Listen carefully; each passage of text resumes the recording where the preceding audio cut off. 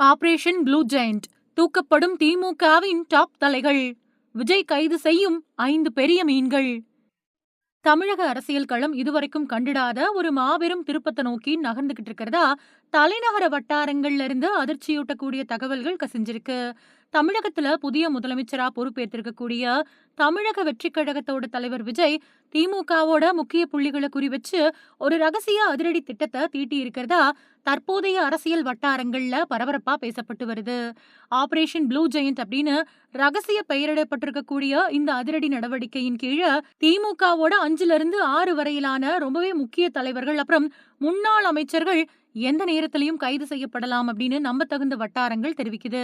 சமீபத்துல நடந்து முடிஞ்ச சட்டமன்ற தேர்தல்ல 60 வருஷ கால திராவிட அரசியல் பாரம்பரியத்தை உடைச்சு புதிய முதலமைச்சரா பொறுப்பேற்றிருக்கக்கூடிய விஜய் தன்னோட தேர்தல் பிரச்சாரங்களப்போ ஊழலுக்கு எதிராக கடுமையான ஆக்ஷன்கள் எடுக்கப்படும் அப்படின்னு குறிப்பிட்டிருந்தாரு. அதோட தொடர்ச்சியாவே இந்த ஆபரேஷன் ப்ளூ ஜெயண்ட் திட்டம் ரகசியமா வகுக்கப்பட்டிருக்கிறதா சொல்லப்பட்டுச்சு. முந்தைய திமுக ஆட்சி காலத்துல நடைபெற்றதா சொல்லப்படக்கூடிய பல்வேறு ஊழல் வழக்குகள், முறைகேடுகள் அப்புறம் டெண்டர் ஒதுக்கீடுகள்ல நடந்த குளறுபடிகள் பத்தி புதிய அரசு தீவிரமா ஆவணங்களை சேகரிச்சுட்டு வரதா தெரியுது. இந்த விசாரணையோட இறுதி புள்ளியாவே இப்போ முக்கிய தலைவர்களை கைது செய்ய வியூகம் அமைக்கப்பட்டிருக்கிறதா தமிழக அரசியல்ல கிசுகிசுக்கப்படுது.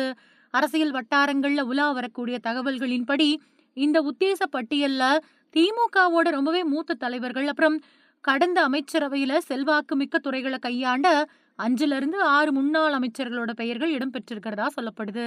பொதுப்பணித்துறை அப்புறம் நெடுஞ்சாலைத்துறையில கடந்த காலங்கள்ல வழங்கப்பட்ட பெரிய மதிப்பிருக்கக்கூடிய ஒப்பந்தங்கள்ல நிகழ்ந்ததா சொல்லப்படக்கூடிய முறைகேடுகள், முந்தைய ஆட்சியில அதிகம் விவாதிக்கப்பட்ட மின்துறை கொள்முதல் அப்புறம் போக்குவரத்து துறை சார்ந்த பழைய புகார்கள் மறுபடியும் தூசு தட்டப்படலாம் அப்படின்னு தெரியுது.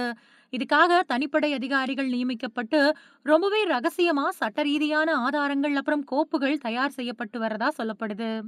இந்த உத்தேச ஆபரேஷன் ப்ளூ ஜெயண்ட் பத்தின தகவல்கள் பரவ தொடங்கினதை தொடர்ந்து திமுக தரப்புல கடும் அதிர்ச்சியும் கொந்தளிப்பும் ஏற்பட்டிருக்கிறதா தெரியுது.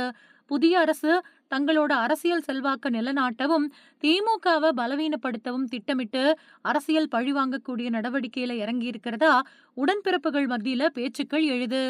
இருந்தாலும் தற்போதைய ஆளுங்கட்சியான தாவேகா தரப்புல இருந்து இத பத்தி எந்த ஒரு அதிகாரப்பூர்வ அறிவிப்போ இல்லனா விளக்கமோ கொடுக்கப்படல.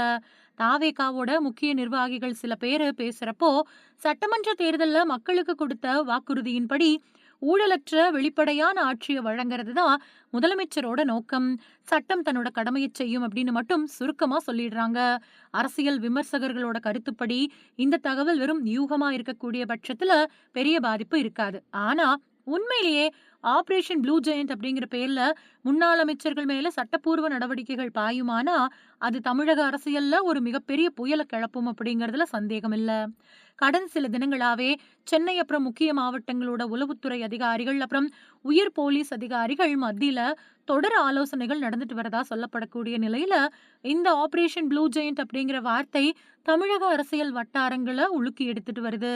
பொறுத்திருந்து பார்க்கலாம், இது வெறும் அரசியல் புரளியா இல்ல அடுத்த சில நாட்கள்ல அரங்கேற போற நிஜமான அதிரடி ஆக்ஷனா அப்படின்னு.